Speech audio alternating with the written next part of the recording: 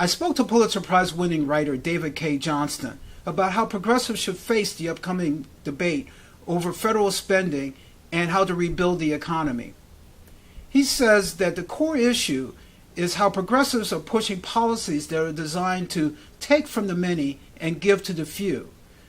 And nothing exemplifies that better than the controversy surrounding Walmart, the low wages it pays its workers, and the generous subsidies it gets from taxpayers. This is a fight that, if it is lost, will be devastating to all the unionized grocery workers in America. It will drive down their wages. How do you change this? Well, the owners of Walmart, they don't care what you say about them. They don't care one bit. Oh, we get criticized. They mock the people who hold protests and walkouts.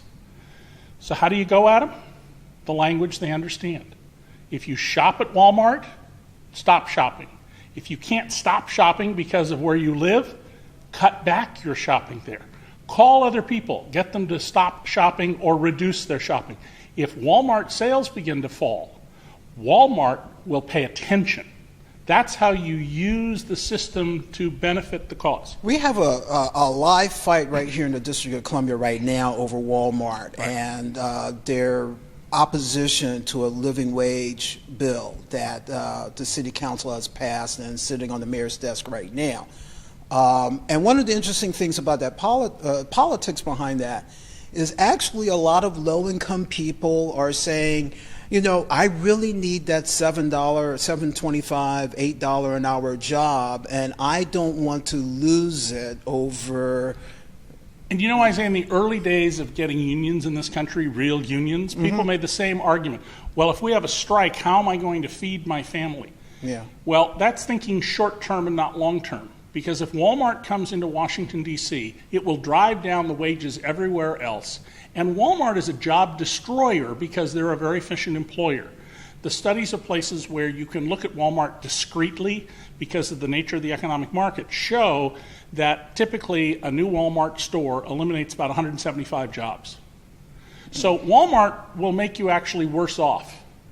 So what are the ways to deal with this? You have to get people to think about their long-term interests.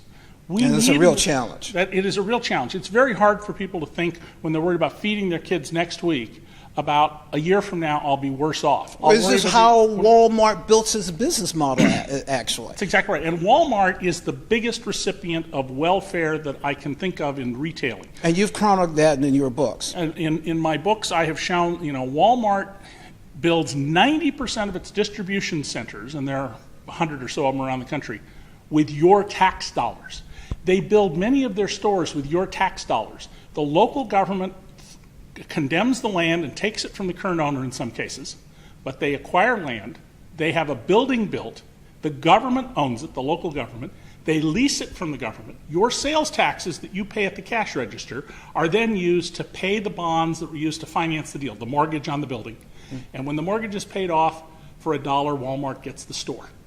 You're subsidizing these incredibly rich people, and if you bring them to D.C., you're just adding to their efforts to drive wages down. And the whole point of the living wage argument is that if you're not paying a living wage, you're also being subsidized because people are then, the workers going on Medicaid, are going on food stamps, and housing assistance. Walmart actually has booklets it's given out teaching its employees and showing them, here's how to get government assistance.